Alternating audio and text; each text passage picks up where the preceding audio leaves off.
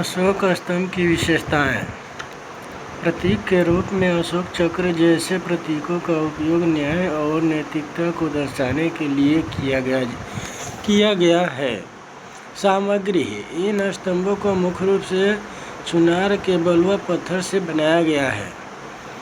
Abacus: यह स्तंभ के बीच का हिस्सा होता है जो निचले भाग धन को ऊपर के भाग शीर्ष से जोड़ता है। इस पर सुंदर नक्काशी और आकृतियाँ बनी होती है। मौर्य पॉलिश ने इन स्तंभों को दर्पण जैसी चमक दी है। शीर्ष: स्तंभ का सबसे ऊपरी हिस्सा जिस पर आमतौर पर शेर, हाथी, बैल आदि की आकृतियाँ उत्कीर्ण है। घटक: अशोक स्तंभ मुख्यतः 3 भागों से बना है: शाफ्ट, अबेकस और शीर्ष। महत्वपूर्ण स्तंभ: अवस्थिति, इमेज, दिल्ली टोपरा, विवरण। अशोक का दिल्ली टोपरा स्तंभ धर्म को बढ़ावा देता है। इसमें कराधान, प्रशासनिक उपायों और वृक्षारोपण जैसे कल्याणकारी प्रयासों का विशिष्ट विवरण दिया गया है। साथ ही जैनियों का भी उल्लेख किया गया है। दिल्ली टोपरा, ठीक है। 14वीं शताब्दी में फिरोज शाह तुगलक ने इसे टोपरा से दिल्ली स्थापित किया था।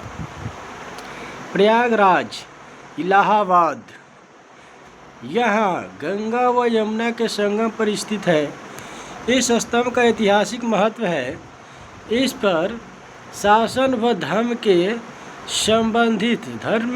से संबंधित अभिलेख उत्कीर्ण है।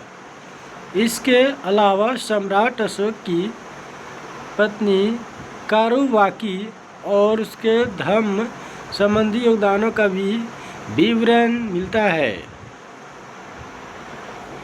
स्तूप स्थापत्य कला: स्थापित या उत्पत्ति।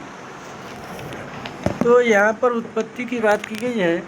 वैदिक काल के साधारण समाधान टीलो तुमोली से विकसित है। परिवर्तन: अशोक के शासन काल में स्तूप पवित्र बौद्ध स्मारक बन गए थे। इनमें बुद्ध के अवशेष रखे गए हैं। अशोक को 84,000 स्तूपों के निर्माण का श्रेय दिया जाता है। उद्देश्य: उपासना, आराधना और तीर्थ यात्रा के केंद्र बिंदु। मुख्य विशेषताएं: अंड यानी गुंबद की तरह अर्ध गोलाकार गुंबद ब्रह्मांड या स्वर्ग के गुंबद का प्रतीक है। मेढ़ी आधार स्तूप के लिए गोल मंच, अक्सर वर्गाकार या आयताकार। हर्मिका, अंड के ऊपर वर्गाकार मंच जिसमें छतरी लगा होता है। अक्ष मुंडी का प्रतीक है। जैसा कि यहाँ फिगर में दिखाई दे रहा है, पद दक्षिणा पथ है, यानी पद प्रदक्षिणा यानी कि बीच में है, और पथ है इसमें रास्ता जाने वाला। मेढ़ी है, अंड है, हर्मिका है और छत्र है। वेदिका, तोरण। भारत में उल्लेखनीय स्तूप: सांची का महान स्तूप अशोक द्वारा निर्मित, बाद में इसका विस्तार कराया गया। इसका अलंकृत तोरण द्वार विशेष है।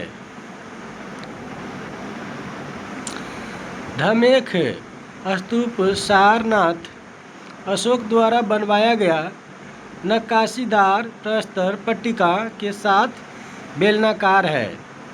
बरहुत स्तूप मौर्य काल में निर्मित, शुंग काल में रेलिंग का निर्माण कराया गया। वेदिका रेलिंग स्तूप के चारों ओर पवित्र स्थान को अलग करती है। शुरुआत में बांस से व बाद में पत्थर से निर्मित तोरण प्रवेश द्वार, 4 दिशाओं में स्थित द्वार जिस पर अक्सर विस्तृत नक्काशी की गई है, शुरुआत में लकड़ी से व बाद में पत्थर से निर्मित, और सोपान सीढ़ियाँ स्तूप के चबूतरे तक पहुँचने का मार्ग प्रदान करती है। शैलकृत संरचनाएं उद्भव शैलकृत स्थापत्य कला का विकास मौर्य काल के दौरान हुआ था। उद्देश्य ये संरचनाएं धार्मिक व भिक्षु जीवन और ध्यान आदि के लिए पवित्र स्थल होती है। मुख्य विशेषताएं, यहाँ बराबर की गुफाएं दी गई है और नागार्जुनी गुफाएं दी गई है। मुख्य विशेषता है सीधे कठोर चट्टानों को काटकर बनाई जाती थी। आंतरिक भाग अक्सर अत्यधिक पॉलिश की हुई सतह मौर्य पॉलिश वाले होते हैं।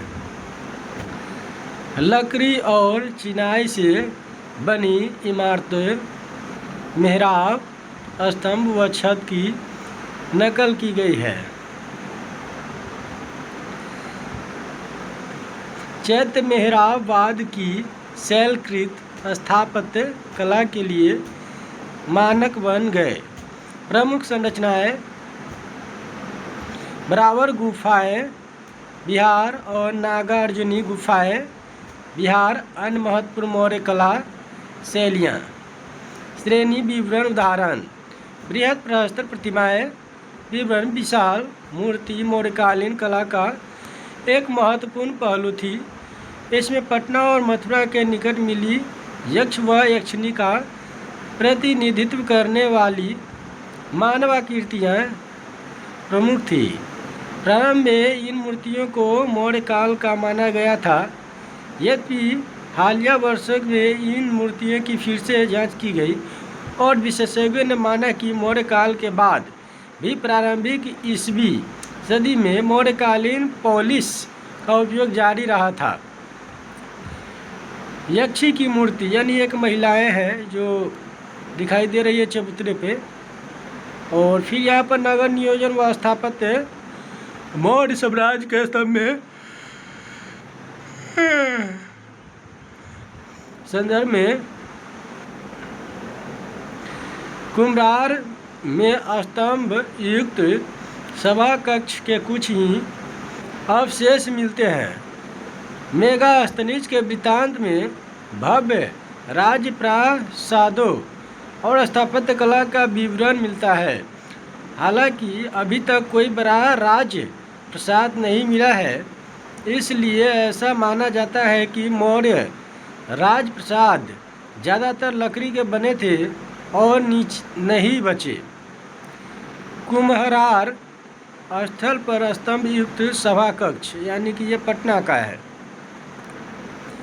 यह मगध के उदय के बाद से जारी शहरीकरण का प्रमाण है। मौर्यकालीन साहित्य। मौर्य काल में महत्वपूर्ण साहित्यिक गतिविधियां हुई थी जो उस युग के राजनीतिक, सामाजिक और धार्मिक विकास से गहराई से प्रभावित थी। इनमें राजकीय कला और धार्मिक सिद्धांतों पर मौलिक रचनाएं शामिल हैं। अवशेष के अभिलेख। भाषा और लिपि। प्राकृत यानी भाषा और लिपि। प्राकृत विशेष रूप से अशोक के अभिलेखों के रूप में एक प्रमुख भाषा थी। इसके लिए अक्सर ब्राह्मणी लिपि का उपयोग होता था। पाली बौद्ध धर्म के प्रामाणिक ग्रंथों जैसे त्रिपिटकों की भाषा थी। संस्कृत का भी प्रयोग किया जाता था, जिसका अर्थशास्त्र जैसी कृतियों में उपयोग देखा जा सकता है। अशोक के अभिलेख।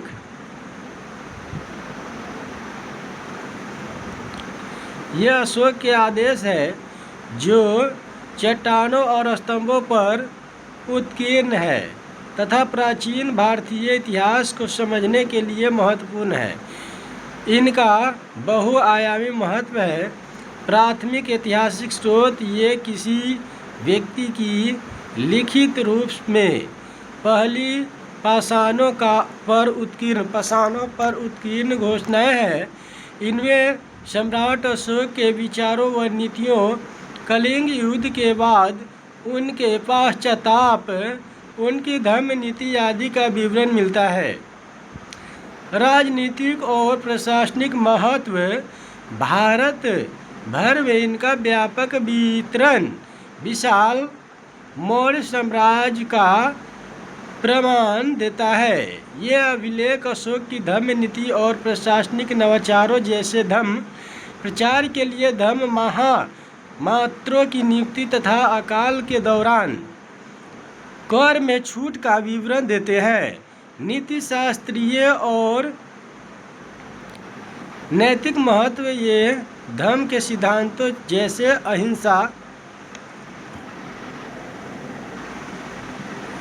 अहिंसा, धार्मिक सहिष्णुता और सामाजिक उत्तरदायित्व को रेखांकित करते हैं।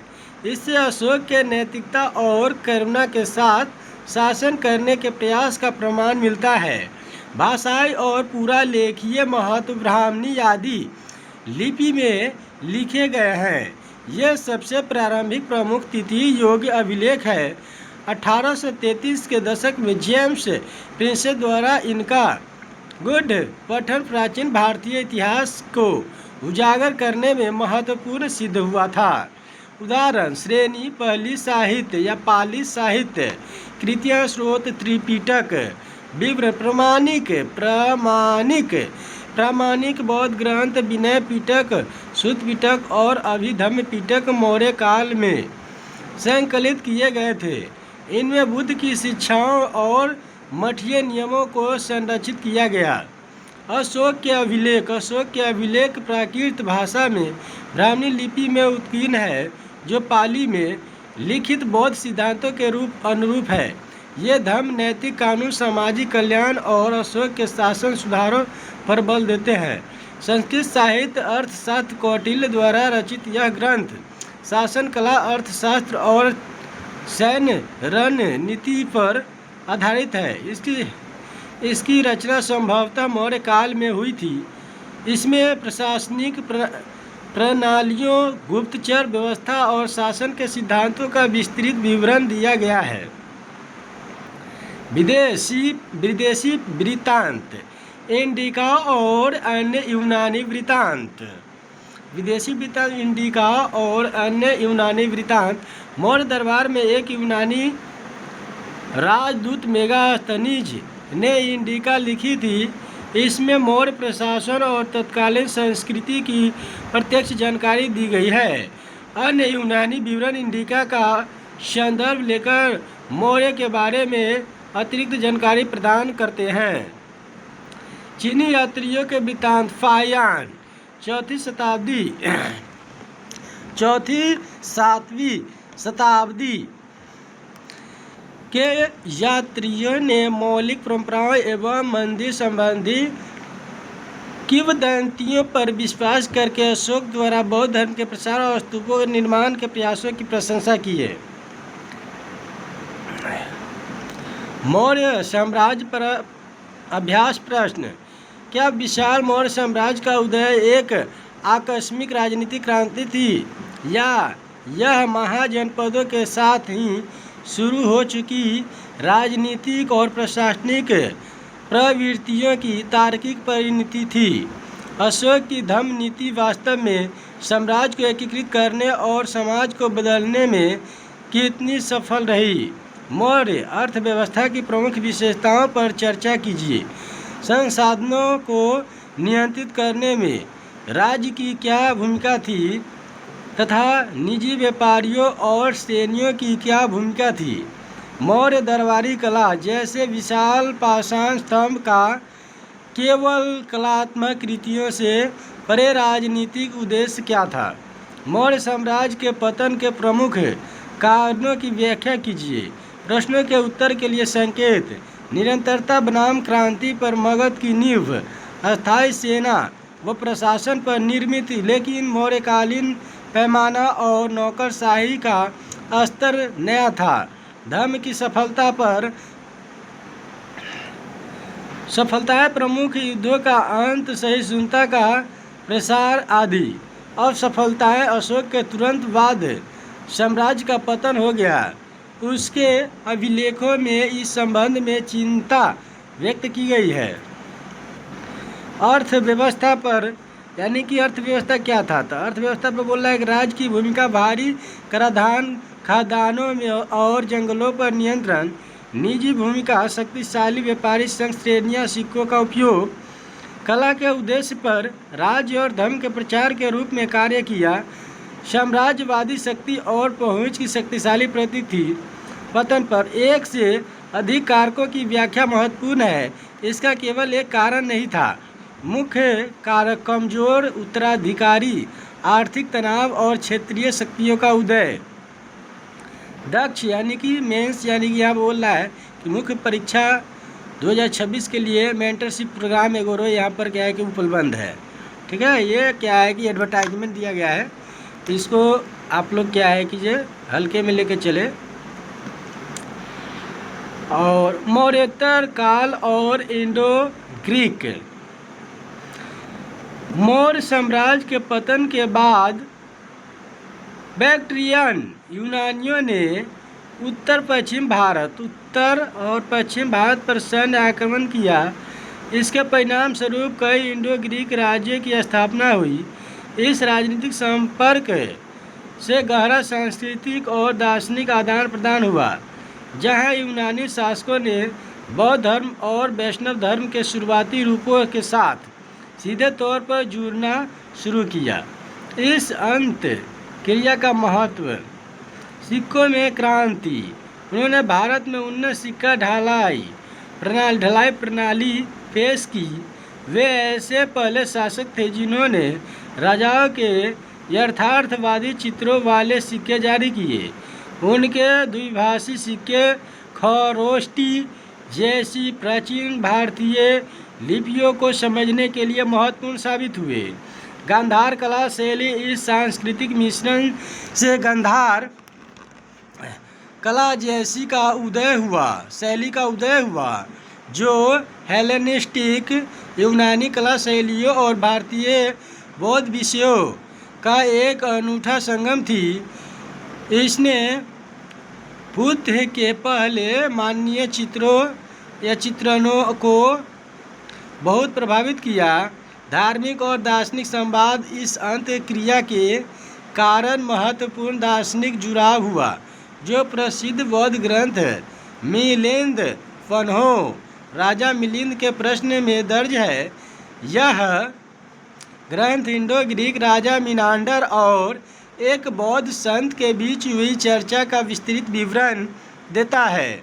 वैज्ञानिक आदान प्रदान। उन्होंने भारत में हेलेनिस्टिक खगोल विज्ञान और ज्योतिष के तत्वों को पेश किया, जिसने इन क्षेत्रों में बाद में भारतीय वैज्ञानिक विचारों को प्रभावित किया। गुप्त काल। 4वीं शताब्दी ईस्वी में भारतीय उपमहाद्वीप में कुषाणों के पतन के बाद गुप्त साम्राज्य का उदय हुआ। श्री गुप्त ने गुप्त साम्राज्य की स्थापना की थी। इस साम्राज्य का सबसे अधिक विकास चंद्रगुप्त प्रथम 319 से 335 और 336 ईस्वी के शासन काल में हुआ था। 319 से 320 ईस्वी के समय को ही गुप्त काल की वास्तविक शुरुआत मानी गई थी या मानी जाती है। गुप्त काल को भारत का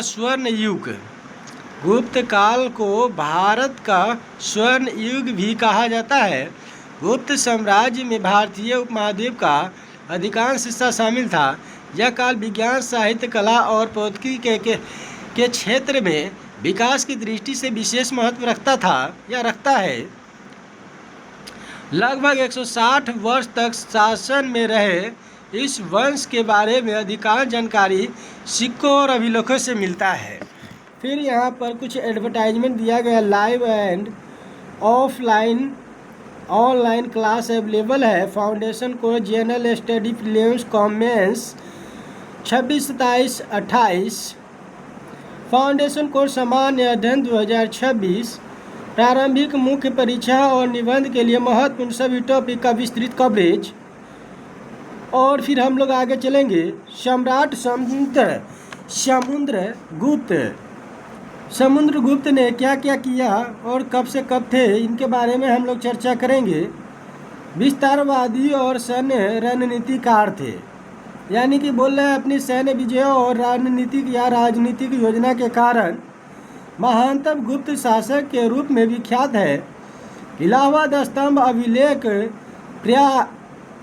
प्रयाग प्रशस्ति में इसके सैन्य अभियानों का विस्तृत विवरण दिया गया है। इसके अभियानों में उत्तरी भारत आर्यवर्त की विजय, गंगा के हृदय स्थल पर नियंत्रण मजबूत करना और 9 नाग शासकों को अधीन करना शामिल था। कला व संस्कृति का संरक्षक, कुशल कवि, संगीतकार और ललित कलाओं का प्रशंसक, जैसा कि इलाहाबाद स्तंभ अभिलेख में वर्णित है। संस्कृत रचनाओं के लिए कविराज, कवियों के राजा की उपाधि धारण की। उनके सिक्कों पर उन्हें बीना बजाते हुए दर्शाया गया है। हरिसेन सहित कवियों और विद्वानों का संरक्षण किया। संस्कृत साहित्य और विद्या के उत्कर्ष को बढ़ावा दिया। सम्राट चंद्रगुप्त द्वितीय। पहलू एंड विवरण। साम्राज्य का चरमोत्कर्ष और सुदृढ़ीकरण, सैन्य अभियान और प्रादेशिक विस्तार। साम्राज्य के विस्तार और सुदृढ़ीकरण के लिए विक्रमादित्य के नाम से प्रसिद्ध, विशेष रूप से पश्चिमी और मध्य भारत में साम्राज्य विस्तार, उसका शासनकाल गुप्त शक्ति और प्रभाव का चरमोत्कर्ष था। सैन्य अभियान और प्रादेशिक विस्तार। चंद्रगुप्त द्वितीय ने विशेष रूप से अंतिम शक शासन रुद्र सिंह तृतीय को हराकर तथा मालवा और काठियावाड़ प्रायद्वीप पर कब्जा करके पश्चिमी भारत को जीतकर अपने साम्राज्य का विस्तार किया। उसके प्रादेशिक नियंत्रण में उल्लेखनीय विस्तार हुआ, जो पश्चिम में मालवा और गुजरात से लेकर पूर्व में बंगाल तक फैला हुआ था। नर्मदा नदी इसके साम्राज्य की दक्षिणी सीमा बनाती थी। साक्ष्यों के अनुसार कुषाणों को हराने के बाद उत्तर पश्चिमी भारत और बैक्टीरिया भी इसमें शामिल थे। ये विजय आर्थिक रूप से रणनीतिक थी, क्योंकि इन विजयों ने अरब सागर पर महत्वपूर्ण बंदरगाहों भरोच, सोपारा, खंभात आदि को सुरक्षित किया गया था। इससे पश्चिमी देशों के साथ व्यापार को बहुत बढ़ावा मिला। उज्जैन नगर उसकी दूसरी राजधानी बन गया, जो एक प्रमुख वाणिज्य केंद्र था और साथ ही उसके शासन के तहत पोषित आर्थिक समृद्धि का प्रमाण था। स्वर्ण काल, कला, संस्कृति और शिक्षा का संरक्षण।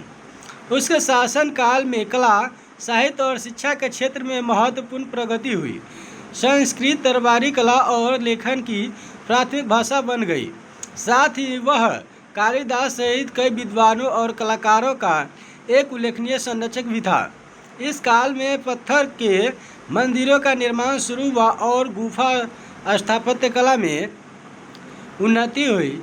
इसमें विशेष रूप से अजंता गुफाओं में आगे का विकास देखा गया। उसके युग में खगोल विज्ञान और गणित का विकास हुआ, जिसमें आर्यभट्ट जैसे विद्वानों का योगदान रहा। गुप्त काल में सामाजिक विकास।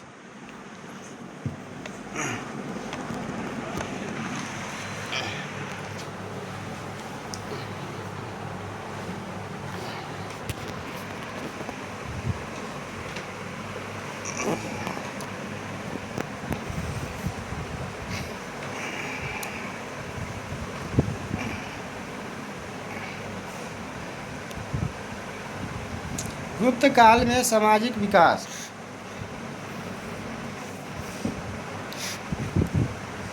श्रेणी, परिवार की संरचना, विवरण। धर्मशास्त्रीय ग्रंथों के आधार पर इतिहासकार तर्क देते हैं कि गुप्त काल के दौरान पितृसत्तात्मक सत्ता मजबूत हुई थी। विभिन्न स्रोतों से पता चलता है कि इस काल में महिलाओं की स्वतंत्रता या सामाजिक स्थिति में गिरावट आई थी। उनकी सार्वजनिक जीवन में भागीदारी कम हो गई थी। उनकी यानी महिलाओं की सामाजिक यानी कि सार्वजनिक जीवन में भागीदारी कम हो गई थी। पुत्रियों की तुलना में पुत्रों को अधिक प्राथमिकता दी जाने लगी थी। लड़कियों का कम आयु में विवाह होने लगा था आदि। महिलाओं की संपत्ति यानी कि स्त्री धन से तात्पर्य उस चल संपत्ति से है जो एक महिला अपने जीवन काल में अर्जित करती है, जैसे आभूषण, कपड़े और मातृपक्ष से मिले उपहार। यह संपत्ति माता से पुत्री को दी जाती है। स्त्री धन में विरासत में मिली संपत्ति या महिला द्वारा अपनी मेहनत से अर्जित संपत्ति शामिल नहीं होती है। कात्यायन स्मृति में 6 प्रकार के स्त्री धन का उल्लेख है। विवाह से पहले मिले उपहार, दुल्हन के रूप में मिले उपहार, ससुराल वालों से मिले उपहार, दूल्हे के परिवार द्वारा दुल्हन के परिवार को दिया गया धन या संपत्ति की राशि, परिवार के सदस्यों से मिली संपत्ति तथा अविवाहित अवस्था में प्राप्त कोई भी वस्तु, ये सारे स्त्री धन कहलाते थे। समाज में महिलाएं। इतिहासकारों के अनुसार गुप्त काल में महिलाओं की सामाजिक स्थिति में गिरावट आई थी और वे और पराधीन हो गई थी। पारिवारिक वंशावली और पैतृक संस्कारों को करने के लिए पुत्रों को महत्व दिया जाता था। महिलाओं पर घरेलू कामकाज में सहयोग करने और ससुराल के सदस्यों की सेवा करने का उत्तरदायित्व आरोपित कर दिया था। उनकी आर्थिक रूप से पुरुषों पर निर्भरता बढ़ गई थी तथा व्यक्तिगत संपत्ति के नाम पर उनके पास केवल स्त्री धन ही थी या था। फिर बाल विवाह या कम उम्र में विवाह का प्रचलन बढ़ा तथा सती प्रथा का उदय हुआ। सती प्रथा का पहला पुरातात्विक साक्ष्य 510 ईस्वी के एरन अभिलेख से मिलता है। उच्च वर्ण की महिलाओं की तुलना में निम्न वर्ण की महिलाएं आर्थिक गतिविधियों में अधिक सक्रिय से भाग लेती थी। जाति व्यवस्था, वर्ण व्यवस्था और जातियां। चतुर्वर्ण ब्राह्मण, क्षत्रिय और वैश्य व्यवस्था मजबूत हुई। गुप्त शासकों द्वारा ब्राह्मणों को दिए जाने वाले कर, मुक्त भूमि अनुदान, ब्राह्मण देय से ब्राह्मणों की शक्ति और प्रभाव में वृद्धि हुई।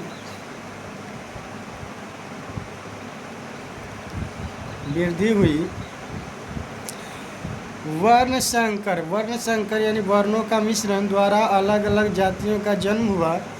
विदेशियों और जनजातीय समुदायों के जाति व्यवस्था में शामिल कर लिया गया था। समाज में विशेष रूप से चंडाल कहे जाने वाले अस्पृश्यों के प्रति अस्पृश्यता में वृद्धि हुई। फाहियान के अनुसार चांडाल गांव के बाहर रहते थे और उच्च जातियों के संपर्क से बचने के लिए गांव में प्रवेश करते समय सचेत रहते थे। धार्मिक सहिष्णुता। गुप्त राजा कट्टर ब्राह्मणवादी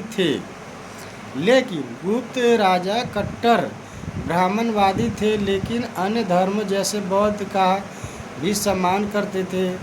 बौद्ध धर्म को पहले की तरह राजकीय संरक्षण नहीं मिला। स्वर्ण युग के रूप में गुप्त काल। पहलू विवरण कला।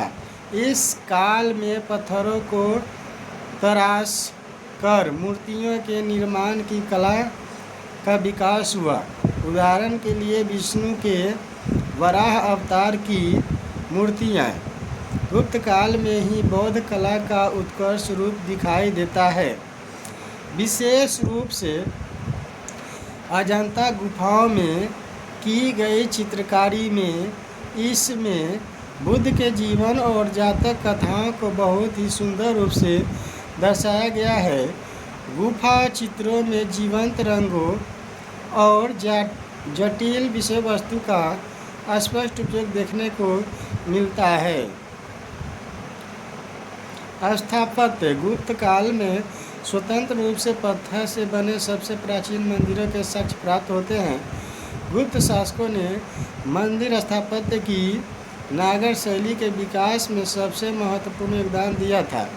इसका प्रमाण हमें देवगढ़ के दशावतार मंदिर तथा तिगवा, घुमरा और खोह के मंदिरों में देखने को मिलता है।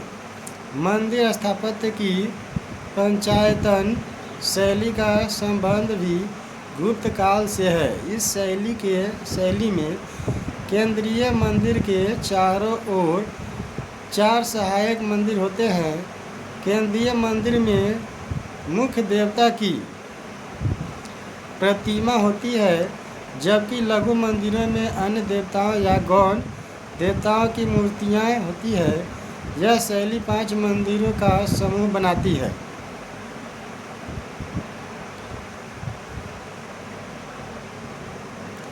साहित्य। इस कला में कालिदास और विशाख दत्त जैसे संस्कृत के विद्वान कवियों एवं नाटककारों का उदय हुआ था। वैदिक ग्रंथों, धर्मशास्त्र ग्रंथों तथा रामायण और महाभारत जैसे महाकाव्यों का अंतिम रूप में संकलन गुप्त काल में ही हुआ माना जाता है। कालिदास की कृतियाँ जैसे मेघदूत, रघुवंशम और कुमार संभवम दरबारी जीवन पर आधारित है। ये रचनाएं सामाजिक और सांस्कृतिक परिवेश पर अंतर्दृष्टि प्रदान करती है। गुप्त काल राजनीतिक समेकन, संस्कृत, साहित्य, कला और विज्ञान में उल्लेखनीय उपलब्धियों के लिए जाना जाता है, लेकिन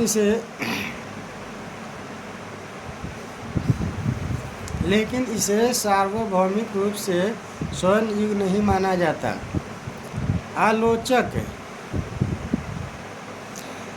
आलोचक ऐसे मुद्दों पर प्रकाश डालते हैं जैसे भूमि अनुदान में वृद्धि के कारण, प्रशासनिक चुनौतियां, व्यापार और मुद्रा की गुणवत्ता में गिरावट और केंद्रीय सत्ता का कमजोर होना, साथ ही सामाजिक पदानुक्रम का मजबूत होना जिसने महिलाओं को अधीनस्थ बना दिया। संस्कृत साहित्य का स्वर्णिम काल। गुप्त काल लगभग 300 से 600 ईस्वी के दौरान पाणिनि के व्याकरण अष्टाध्यायी के कारण संस्कृत अपने शास्त्रीय रूप में पहुंच गई। इसने प्राकृत भाषा को पीछे छोड़ दिया। गुप्त शासकों ने संस्कृत को संरक्षण प्रदान किया, जिससे यह प्रशासन एवं कुलीन वर्ग की भाषा बन गई। इस अवधि के दौरान संस्कृत साहित्य का काफ़ी विकास हुआ।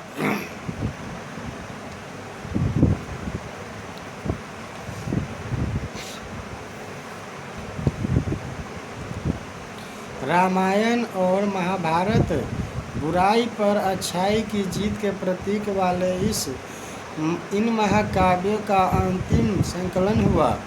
संस्कृत काव्य शैली का उद्भव हुआ और पुराणों का संकलन हुआ। लौकिक लेखन भी फला फूला, जिसमें शासन कला से लेकर कहानी संग्रह तक जैसे विषय शामिल थे। प्रमुख कृतियों में कामंदक का नीतिसार, जो राजकाज पर आधारित है, और विष्णु शर्मा का पंचतंत्र, एक लोकप्रिय कहानियों का संग्रह शामिल है। कालिदास की अभिज्ञान शकुंतलम जैसी नाट्य कृतियाँ इस युग की साहित्यिक उत्कृष्टता का बेहतरीन उदाहरण है। इस जीवंत साहित्यिक गतिविधि ने संस्कृत की प्रतिष्ठा को सुदृढ़ किया तथा भारतीय बौद्धिक विरासत को समृद्ध किया। गुप्त साम्राज्य पर अभ्यास प्रश्न। इस मत का समालोचनात्मक मूल्यांकन कीजिए कि गुप्त काल प्राचीन भारतीय इतिहास में एक स्वर्ण युग था। यह किसका स्वर्ण युग था? गुप्त साम्राज्य और मौर्य साम्राज्य की प्रशासनिक संरचना की तुलना कीजिए और उनके बीच अंतर स्पष्ट कीजिए। इन अंतरों में से प्रत्येक काल में राज्य की प्रकृति के बारे में क्या पता चलता है? गुप्त काल को शास्त्रीय पौराणिक हिंदू धर्म के लिए एक प्रारंभिक चरण माना जाता है। इस युग के दौरान धर्म में प्रमुख विकास और संरचनात्मक मंदिर स्थापत्य कला की शुरुआत पर चर्चा कीजिए। गुप्त काल के दौरान समाज और अर्थशास्त्र की प्रमुख विशेषताओं का वर्णन कीजिए। भूमि अनुदान की व्यापक प्रथा का सामाजिक और आर्थिक संरचना पर क्या प्रभाव पड़ा? विज्ञान, गणित और साहित्य के क्षेत्र में गुप्त काल की प्रमुख उपलब्धियों का आकलन कीजिए और प्रमुख उदाहरणों का उल्लेख कीजिए। शक्तिशाली सामंतों की भूमिका और गुप्त राज्य व्यवस्था के विकेंद्रीकृत स्वरूप का विश्लेषण कीजिए। इस प्रणाली ने साम्राज्य के प्रशासन और अंततः उनके पतन दोनों ने किस प्रकार योगदान दिया? प्रश्नों के उत्तर देने के लिए संकेत।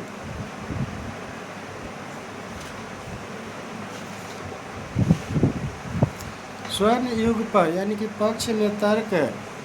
इस काल में संस्कृत साहित्य, कालिदास की रचनाएं, कला शैली, विज्ञान और गणित आर्यभट्ट का अभूतपूर्व विकास हुआ।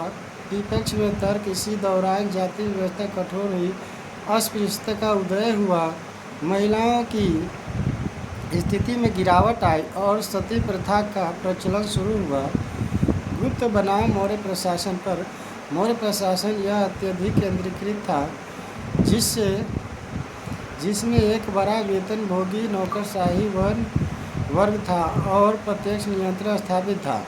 गुप्त प्रशासन यह अधिक विकेंद्रीकृत था, सामंतों स्थानीय शासकों पर निर्भर था और शक्ति का विभाजन था। धर्म और मंदिर पर। वैदिक कर्मकांडों से हटकर पौराणिक देवताओं, वैष्णव धर्म व शैव धर्म की भक्ति और मूर्तियों के माध्यम से पूजा की ओर बदलाव आया। यह स्वतंत्र पत्थर के मंदिरों के निर्माण की शुरुआत हुई। उदाहरण के लिए देवगढ़ का दशावतार मंदिर। समाज और अर्थव्यवस्था पर भूमि अनुदान। अग्रहार, ब्राह्मणदेव आदि ने भूमि संपन्न मध्यस्थों के एक नए वर्ग को जन्म दिया। इससे सामंतवाद का उदय हुआ। एक अधिक स्थानीय कृषि अर्थव्यवस्था विकसित हुई और मौर्योत्तर काल की तुलना में लंबी दूरी से व्यापार में गिरावट आई। विज्ञान और साहित्य पर। साहित्य, कालिदास की कृतियाँ, अभिज्ञान, शकुंतलम इस काल की प्रमुख साहित्यिक उपलब्धियाँ थी। विज्ञान, गणित, आर्यभट्ट का योगदान, शून्य पाई का मान, ग्रहणों का सिद्धांत आदि चिकित्सा और धातु विज्ञान, दिल्ली का लौह स्तंभ में भी महत्वपूर्ण प्रगति हुई। फिर बोला है सामंत और पतन पर प्रशासन। सामंत स्थानीय प्रशासकों के रूप में कार्य करते थे, राजस्व एकत्र करते थे और सैन्य सहायता प्रदान करते थे। पतन, जैसे जैसे केंद्रीय गुप्त शक्ति कमजोर हुई, इन्हीं शक्तिशाली सामंतों ने अपनी स्वतंत्रता का दावा किया, जिससे साम्राज्य के विखंडन में योगदान मिला। अब हम लोग आगे पढ़ेंगे संगम युग। तो आज का क्लास इतना ही पर हम लोग समाप्त करते हैं।